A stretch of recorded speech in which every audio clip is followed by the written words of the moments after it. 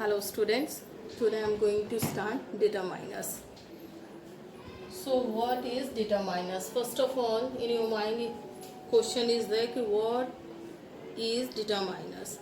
So let's see with definition कि what is determiners. So definition is determiners are the words that are used or placed before nouns to determine, fix or limit its meaning.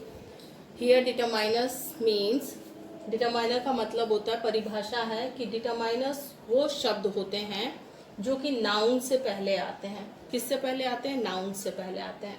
और क्यों आते हैं? ताकि वो noun की meaning को fix कर सकें, लिमिट कर सकें या फिर डिटरमाइन कर सकें. So let's see with examples, then you will understand more clearly. तो सबसे पहला एग्जाम्पल है कि दिस इज अ बुक. वैसे तो इसमें दो डिटरमाइनर्स हैं. पहला है दिस, ये डिमॉन्स्ट्रेटिव डिटरमाइनर्स हैं. और हमारा आर्टिकल डिटरमाइनर्स है. हाउस हमारा नाउन है. तो हाउस जो है नाउन हो गया, ये डिटरमाइनर हो गया और ये भी डिटरमाइनर हो गया. तो आपने देखा कि इस सेंटेंस में दो डिटरमाइनर है. पहला है डिमॉन्स्ट्रेटिव डिटरमिनर्स और दूसरा है आर्टिकल डिटरमिनर्स. मेन जो टॉपिक है वो है कि वर्ड्स दैट आर यूज्ड और प्लेस्ड बिफोर नाउन. तो आपने देखा कि हमेशा नाउन से पहले डिटरमाइनर्स का यूज हुआ है. Now let's move to our next example. All the girls. All the हमारा डिटरमाइनर्स है और गर्ल्स हमारा नाउन है. अगेन यू सॉ कि डिटरमाइनर जो है वो नाउन से पहले यूज हुआ है. One more you see, a boy, he is a boy. Boy again क्या है? नाउन है और अ जो है हमारा डिटरमाइनर्स है. अगेन यू सॉ कि फिर से जो डिटरमाइनर है, आर्टिकल डिटरमाइनर है, वो बॉय से पहले यानी नाउन से पहले आया है. आर्टिकल डिटरमिनर्स ये कौन सा वाला है? इनडेफिनेट आर्टिकल है. Now one more you see, my aunt. यहाँ माइन जो है, माई जो है वो हमारा डिटरमाइनर है और आंट जो है वो हमारा नाउन है. इस एग्जाम्पल में भी आपने देखा कि डिटरमाइनर जो है वो नाउन से पहले आया. तो ओवरऑल अब आपको समझ में आ गया होगा कि वो सब जो कि नाउन से पहले आते हैं उनको हम डिटरमाइनर्स कहते हैं. Now let's move to our next point. Next point कहता है टू डिटरमाइन, फिक्स और लिमिट इट्स मीनिंग. डिटरमाइनर क्या करता है? वो नाउन की मीनिंग को डिटरमाइन करता है, फिक्स करता है या फिर लिमिट करता है. सो ये भी हम एग्जाम्पल के थ्रू देखेंगे. तो आपने यहाँ पे देखा कि दिस इज अ हाउस. कहने का ओवरऑल मतलब है कि डिटरमाइनर तो पहले आया ही आया, साथ में वो ये भी कहना चाहता है कि वह एक घर है. 2, 3, 4 या बहुत सारे नहीं, सिर्फ और सिर्फ एक घर है. यानी कि वो क्लियरली इंडिकेट कर रहा है कि this is a house. It is indicating only one house. Now let's switch to our next example. इसमें भी आपने देखा all the girls.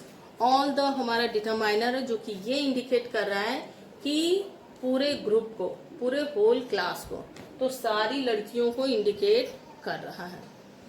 One more you see, he is a boy. यहाँ पे फिर से वही बात हो गया कि वह एक लड़का है. कोई पर्टिकुलर लड़के का यहाँ पे क्या है? इंडिकेट नहीं हो रहा है, बल्कि सिर्फ एक लड़के की तरफ इशारा हो रहा है. Then last one you see, she is my aunt. My जो है वो हमारा पोजेसिव डिटरमिनर्स है और वो ये इंडिकेट कर रहा है कि वो सिर्फ मेरी आंट है, यानी मेरी पोजेशन है, वो किसी और की नहीं है. तो माई जो है वो ये डिमॉन्स्ट्रेट कर रहा है कि वो मेरी आंट है. आंट हमारा नाउन है, माई डिटरमाइनर है और कौन सा है? पोजेसिव डिटरमाइनर्स है. Let's switch to our next topic point. There are about 50 determiners in English language. वैसे इंग्लिश लैंग्वेज में पूरे 50 डिटरमाइनर्स हैं. ठीक है. अब ये हैं तो 50, लेकिन इनको हमने डिफरेंट कैटेगरीज में, काइंड्स में डिवाइड किया है.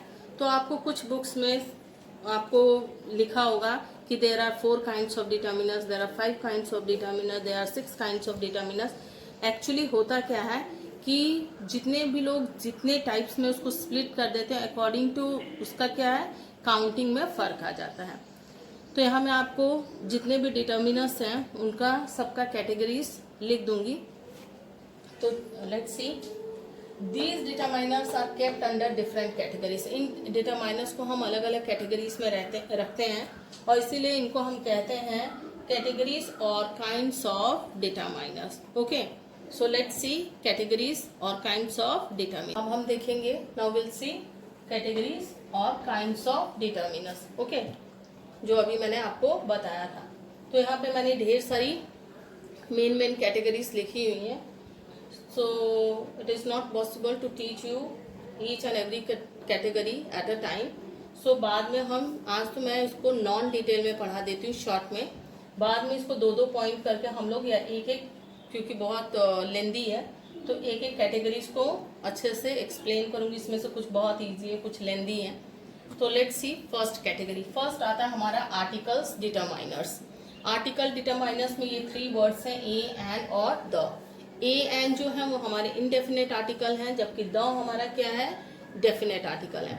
और आपको पता है कि ए का यूज कहाँ होता है और एन का कहाँ होता है। ए का use consonant plus consonant sounds के साथ होता है, एन का use vowel plus vowel sounds के साथ होता है, जबकि द जो है वो हमारा डेफिनेट आर्टिकल है, because it refers to a particular person और थिंग्स।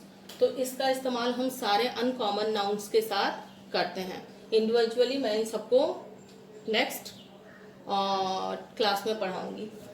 नेक्स्ट है डिमॉन्स्ट्रेटिव डिटर्मिनर्स। डिमॉन्स्ट्रेटिव डिटर्मिनर्स में 4 वर्ड्स आते हैं जो कि दिस, दैट, दीज, दोज हैं। ये आप स्टार्टिंग से ही पढ़ रहे हैं। दिस और दीज का इस्तेमाल, यानी दिस और दीज का इस्तेमाल हम किसके साथ करते हैं, तो दिस और दैट का इस्तेमाल हम सिंगुलर के साथ करते हैं। पहले दिस यू सी, दिस और दिस का दैट का इस्तेमाल हम सिंगुलर के साथ करते हैं, जबकि दीज और दोज का इस्तेमाल हम प्लूरल नाउन के साथ करते हैं। Once again I am repeating कि दिस और दैट का इस्तेमाल हम सिंगुलर नाउन के साथ करते हैं, दीज और दोज का इस्तेमाल हम प्लूरल नाउन के साथ करते हैं। अब नेक्स्ट वन देखिए आप कि दिस और दीज का इस्तेमाल हम पास की, यानी कि नियरनेस, नियर बाई थिंग्स या पर्सन के लिए करते हैं, जबकि दैट और दोज का इस्तेमाल हम फार ऑफ या फार वन चीजों के लिए या डिस्टेंट वन चीजों के लिए करते हैं। Now next one you see possessive determiners. Possessive determiners में हमारा आता है my, your, his, her, our, arms and so on. Possessive का मतलब है पोजेशन, कि ये शो करता है कि कोई चीज जो है, कोई पर्सन है, वो किसको बिलोंग करता है।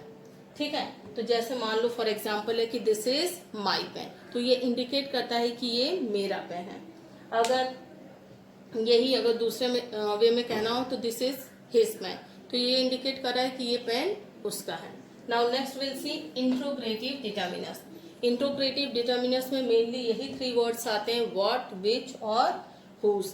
वैसे इंट्रोग्रेटिव डिटर्मिनर्स होता क्या है, तो ये जब भी इन वर्ड्स के बाद नाउन आए तो वो इंट्रोग्रेटिव डिटर्मिनर्स कहलाता है। और भी 1-2 क्वेश्चनिंग वर्ड है जिनके बाद नाउन रेयरली आता है, और इसलिए उन क्वेश्चनिंग वर्ड्स को भी हम एज अ डिटर्मिनर्स पढ़ते हैं, जैसे वेयर हो गया, हु हो गया, वगैरह वगैरह, या हाउ हो गया। Now next one you see distributive determiners. Distributive determiners वो होता है जो कि डिस्ट्रीब्यूशन को शो करता है। For example each, every, either, neither.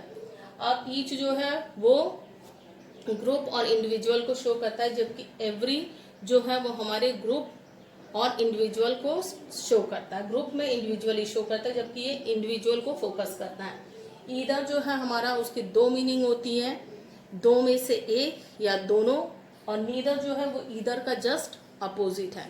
Now next one you see quantifiers. Quantifiers में ये सारे डिटर्मिनर्स आते हैं, जैसे few, a few, the few, many, no, any, some. तो ये मैं एक वर्ड को इजीली अच्छे से एक्सप्लेन करूंगी नेक्स्ट वीडियो में। नाउ आता है हमारा न्यूमरेटिव। न्यूमरेटिव में हम 4 टॉपिक्स को कवर करते हैं। वैसे ये मैथमेटिकल्स टर्म्स हैं, ये आप मैथ्स में भी इजीली जानते हो। कार्डिनल का मतलब होता है 1 2 3 4 जितना भी। ऑर्डिनल का होता है first, second, third, fourth, fifth, so on your counting. Multipliers मतलब होता है जो मल्टीप्लाई हो जाए, जैसे double, half, twice, thrice and so on. Fractional में होता है, जो कि हमारे फ्रैक्शनल अपॉन्स में आते हैं, हाफ और थर्ड। अब आप पूछेंगे कि इनका इंग्लिश में क्या यूज है, तो मान लो अगर मुझे कुछ कहना हो कि he stood first in the class, तो मैं क्या बोलूंगी, he stood one in the class. तो इसीलिए इनका according to sentence, according to situation हमें नीड या हमें जरूरत पड़ता है। जैसे मान लो आपको हाफ प्लेट राइस चाहिए, तो आप क्या कहेंगे, so I need half plate rice. Now next we'll move others. कुछ अदर डिटर्मिनर्स भी हैं, जैसे कि both, several, next, other and so on. So we'll discuss in next video all these determiners in detail way. Bye bye.